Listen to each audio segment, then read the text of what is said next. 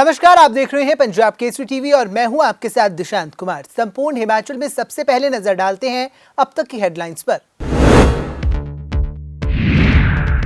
हिमाचल प्रदेश स्थापना दिवस के 75 साल पूरे। झंडुता में प्रगतिशील हिमाचल कार्यक्रम का किया गया आयोजन। सीएम बोले, हिमाचल ने किया 75 वर्षों के सफर में प्रगति और समृद्धि के पथ पर तेजी से विकास। महंगाई बेरोजगारी के खिलाफ देश भर में कांग्रेस का प्रदर्शन। हिमाचल के हर जिले में दिखा असर। राजभवन के बाहर कांग्रेस ने की नारेबाजी। संसद में महंगाई बेरोजगारी पर चर्चा न होने का किया विरोध।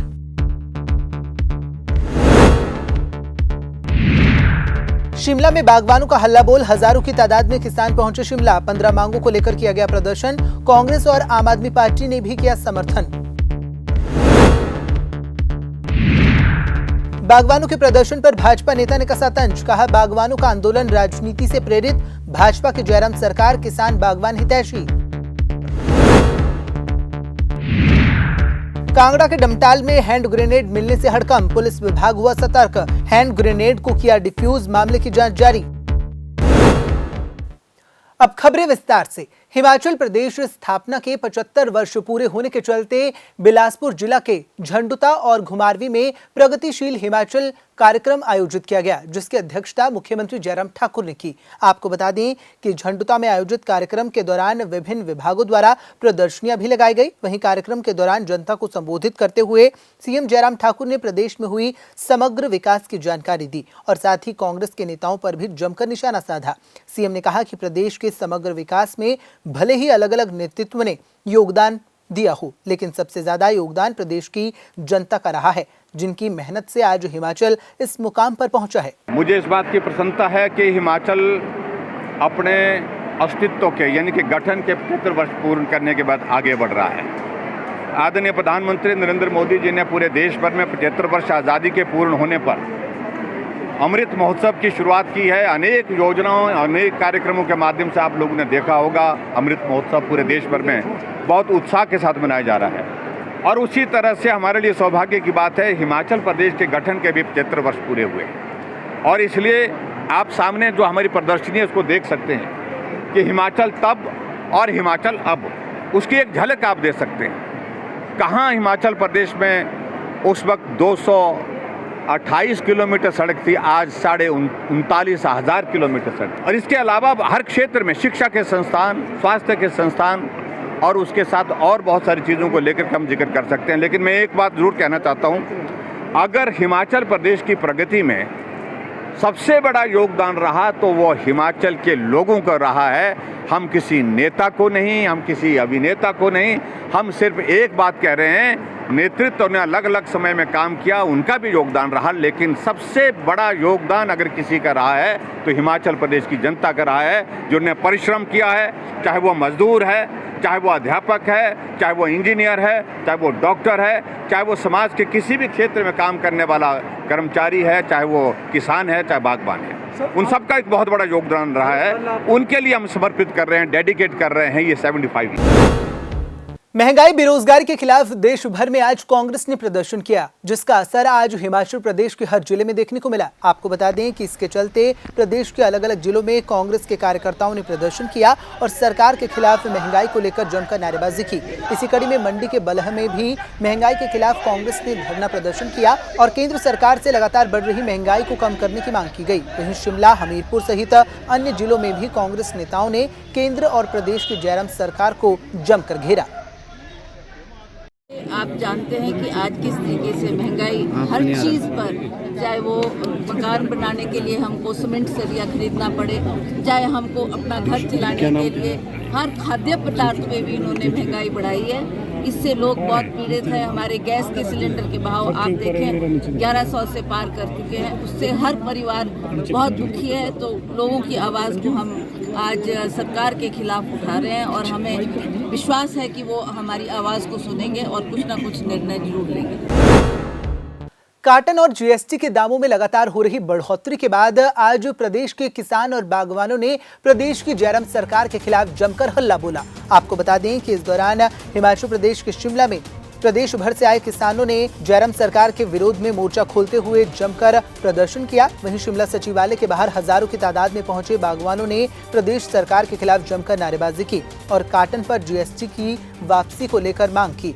इस दौरान कांग्रेस और आम आदमी पार्टी ने भी इस प्रदर्शन का समर्थन करते हुए प्रदेश सरकार पर जमकर आरोप लगाए। आम किसान का आंदोलन है, आम किसान का जनमत करा दो। यहाँ पर पहले सब बागवान हैं, ये पार्टियां बाद में है, ये मैं आपको बता दूं। और यहाँ से अनाउंस किया गया किसी भी राजनीतिक पार्टी को उसको हाईजैक नहीं करने दिया जाएगा। और मैं आज नहीं बोल रहा हूँ, विधानसभा में बोला हूँ कि मैं सेब के साथ पैदा हुआ और इसी सेब के साथ मरूंगा। मेरी माता जी थी जो फर्स्ट युगान पंडित रहे हैं इस प्रदेश में, मनोहर लाल सरके उनकी बेटी थी और मैं उनका बेटा हूँ। मैं उनकी कोख के साथ से पैदा हुआ हूँ और मेरी माँ ने सेब के साथ जूझी है और इसलिए मैं सेब की कोख से पैदा हुआ हूँ और जब मरूंगा तो सेब के साथ मरूंगा, ऐसा मेरा मानना है। इस सरकार को ये नीतियाँ बदलनी होगी, ये नीतियाँ नहीं चलने वाली जो कंपनी अडानी और बानी की नीतियाँ चलती है। इसलिए ये हजारों की संख्या में आज किसान आया है और हजारों की संख्या में भी कूच कर रहा है। से जो है अपने किसानों बागवानों की आवाज जो है सरकार तक ज्ञापन के माध्यम से पहुंचाता रहा, लेकिन सरकार के ऊपर कोई उसका असर नहीं पड़ा। लेकिन जब रोड उद्योग और कुल्लू मंडी कई जगह आंदोलन बाद सरकार ने जो है दोबारा हमें 28 तारीख को मुख्यमंत्री की अध्यक्षता में बुलाया संयुक्त किसान मंच को, और उसमें हमारा जो 20 सूत्रीय मांग पत्र था उसमें से केवल 4 से 5 चीज़ें जो है उसकी घोषणा मात्र की है और अभी ज़मीन पे वो नहीं उतरी है। और इसके अलावा हमारी 15 बड़ी मांगे हैं, उसमें कश्मीर के तर्ज पर सेब और 60 रुपये kilo A grade, B grade 44 रुपये, सी ग्रेड 24 रुपये, और इसके अलावा इम्पोर्टेड जो 44 देशों से सेब भारत में आता है उसका नुकसान सीधा यहाँ पड़ता है। जहां एक और प्रदेश भर के किसानों और बागवानों ने आज प्रदेश की जयराम सरकार के खिलाफ में प्रदर्शन किया और बागवानों ने इस दौरान जीएसटी और एमएसपी पर सेब खरीद की मांग की। वहीं भाजपा नेता ने किसान बागवानों के इस आंदोलन को राजनीतिक आंदोलन करार देते हुए बागवानों को भ्रमित करने का प्रयास करने वाला बताया और सरकार को किसान हितैषी बताते हुए जयराम सरकार को बागवानों और किसानों का हितैषी बताया। आज बागवानों के हित में जयराम सरकार ने जो निर्णय लिए हैं उसके बारे में प्रेस से आज मैंने चर्चा की और जैसा मैंने अपने प्रेस बयान के दौरान भी कहा कि भारतीय जनता पार्टी की सरकारें जब भी हिमाचल में रही हैं उन्होंने हमेशा बागवानी के क्षेत्र में बागवानों के लिए बहुत बड़ा कार्य किया है, चाहे वो इंफ्रास्ट्रक्चर डेवलपमेंट में हो, चाहे मार्केटिंग के क्षेत्र में हो, चाहे यहाँ का जो इंडस्ट्री है एप्पल से जुड़ी है उसको स्ट्रेंथन करने के बाद उसमें बढ़ चढ़ कर हमारी सरकार ने भाग लिया है और अभी कई ऐतिहासिक कार्य जयराम सरकार ने किए हैं। आज तक कभी भी सीए स्टोर जो प्राइवेट सेक्टर में लगे हैं उनकी कीमत सीए स्टोर के मालिक खुद तय करते थे जब वो एप्पल प्रोक्योर करते थे, लेकिन हमारी सरकार ने निर्णय किया कि अब सीए स्टोर के जो मालिक हैं वो अपनी कीमत प्रोक्योरमेंट की खुद नहीं तय करेंगे। नोनी यूनिवर्सिटी हॉर्टिकल्चर की जो है गवर्नमेंट की, उसके वाइस चांसलर की अध्यक्षता में एक समिति का गठन किया गया है जिसमें बागवान भी है। वो मिल बैठ करके ये रेट तय करेंगे कि प्राइवेट सीए स्टोर्स का प्रोक्योरमेंट का रेट क्या होना चाहिए। बहुत बड़ा ऐतिहासिक निर्णय है जिसके दूरगामी परिणाम होंगे। तो देखिए 100% आप अपने परिवार में भी किसी को संतुष्ट नहीं कर सकते, सबकी अपेक्षा है, ह्यूमन बीइंग है, लेकिन मैं दावे के साथ कह सकता हूँ कि आज जितना हमारी सरकार ने किया है, जैसा मैंने कहा ये कोई कहने की बात नहीं है, मैं ये कह रहा हूँ 3.5 रुपया 5 साल में किस सरकार की उपलब्धि है जिसने 5 साल में 3.5 रुपया पर किलोग्राम स्पोर्ट प्राइस का इंक्रीज दिया। मुझे एक बता दीजिए, ये केवल और केवल जयराम सरकार की उपलब्धि है। तो जो देखे नहीं कौन बागवान है कि नहीं है, लेकिन मैं ये कहता हूँ कि जहाँ बागवान को कल होना चाहिए था, जो मुख्यमंत्री जी ने इतना बड़ा चीफ सेक्रेटरी की अध्यक्षता में एक बहुत महत्वपूर्ण कमेटी का गठन किया, उनको वहां अपनी बात कहनी चाहिए थी। जो बातें हो गई उसका धन्यवाद करते, जो बातें रह गई उसके लिए वो वहां आग्रह करेंगे, लेकिन आए नहीं। ये तो कोई बात ठीक है। 28 जुलाई को हाँ बिल्कुल ठीक। मैं आप ही की बात से अगर सहमत हो जाऊं कि उन्हीं की बात ठीक है, उसको उसके लिए कौन सा वो है जी, प्रॉपर फोरम कौन सा है उसके लिए, सड़ा क्या है। अगर वो कल इस बात में चीफ सेक्रेटरी के पास चले जाते और ये कहते साहब ये बातें हमने उठाई थी, बताइए इनमें से कौन सी पूरी हो गई, जो पूरी नहीं हुई क्यों नहीं हो सकी उसका वो कारण जान लेते, और जो पूरी हो गई उसके लिए वो धन्यवाद करते सरकार का। और हो सकता है उन दोनों के बीच में एडमिनिस्ट्रेशन का, बागवान और उनके रिप्रेजेंटेटिव मिलकर के चीजों को डिस्कस करते तो और कुछ चीजें समाधान में हो जाती। It is a total political manipulated धरना प्रदर्शन, what ever you call it, ये और किसानों को सिर्फ और सिर्फ भ्रमित करने का प्रयास है। कांगड़ा जिला के पास एक हैंड ग्रेनेड मिलने का मामला सामने आया है, जिसको लेकर पुलिस विभाग सतर्क हो गया है। आपको बता दें कि कांगड़ा जिला के डमटाल के पास भदरोआ में ये हैंड ग्रेनेड मिला था, जिसको पुलिस द्वारा निस्तारण कर दिया गया है। वहीं एसपी कांगड़ा डॉक्टर खुशहाल शर्मा ने बताया कि बम का निस्तारीकरण कर दिया गया है और पुलिस स्टेशन डमटाल में विस्फोटक अधिनियम की संबंधित धाराओं के तहत मामला दर्ज कर मामले में छानबीन की जा रही है। हाँ, जो जिंदा ग्रेनेड हमें मिला था वो उसके लिए पठानकोट से भी हमारे इंडियन आर्मी की जो टीम भी वहाँ पहुँची थी, बम डिस्पोजल टीम, और उसका मुआयना वगैरह करने के पश्चात उसका जो है उसका ब्लास्ट कर दिया गया और उसे बर्बाद कर दिया गया ताकि कोई जान माल का नुकसान ना हो। क्या लगता है सर, क्या एप्रीहेंशन है, कहाँ से अभी जांच का विषय है। अभी जैसा उसमें जो प्रिंट लिखा है ग्रेनेड पे, तो उससे लगता है कि शायद ये बाहर से बना पाकिस्तान या पाकिस्तान ऑर्डिनेंस फैक्ट्री का हो सकता है, लेकिन अभी जांच करके पता चलेगा। लेकिन जो उसमें लिखा है उससे ऐसा अंदेशा लगाया जा रहा है, तो अभी we have to verify the facts. और ये पुराना लग रहा है, मतलब कोई ताज़ा अभी रखा नहीं है, पुराना लग रहा है, मिट्टी में दबा था, तो शायद ये या तो किसी ने छुपाया होगा या राह चलते या तो ये जांच कब से मिला कैसे सर? ये फ्लड आने के बाद फ्लड के जरिए जो फ्लड में जो मलबा है उस मलबे के साथ ही है।